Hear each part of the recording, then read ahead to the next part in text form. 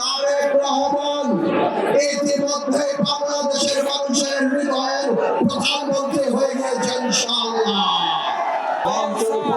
জাতীয় নেতৃবৃন্দ এবং বাংলাদেশ জাতীয় দল বিএনপি সম্মানিত চেয়ারম্যান, আসসালামু আলাইকুম। প্রথমে বলে দিয়েছে মাত্র 2 মিনিট। প্রিয় বরিশালবাসী, আজ থেকে 14 বছর আগে সংসদে দাঁড়িয়ে বলেছিলাম তৎকালীন প্রধানমন্ত্রী চোখে চোখ রেখে তারেক রহমান বাংলাদেশে আসবে। আপনাদের মনে আছে? তারেক রহমান আলহামদুলিল্লাহ বাংলাদেশে চলে এসেছে। হিউস্টনে রকিং টেস্টি, সীমানা ছাড়াও নিজেকে হারাও। আর 7 দিন পর নির্বাচন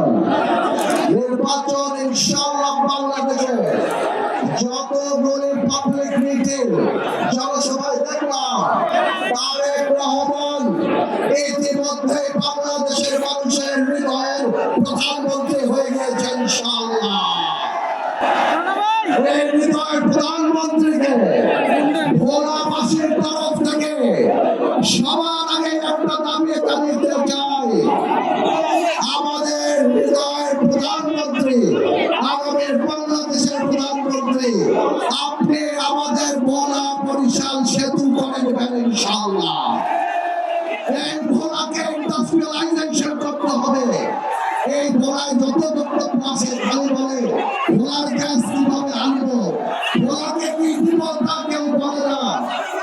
আপনার কাছে বলতে চাই ইনশাআল্লাহ যেভাবে গণতন্ত্রের পক্ষে ছিলাম, যেভাবে জাতীয়তাবাদী শক্তির পক্ষে ছিলাম, আপনি ভোলার মেডিকেল কলেজ আর ভোলা বরিশাল সেতুটা করে দেন। সারা জীবন জাতীয়তাবাদীর পক্ষে থেকে এই গণতন্ত্রের পতাকা ইনশাআল্লাহ উত্তোলন করে রাখবো।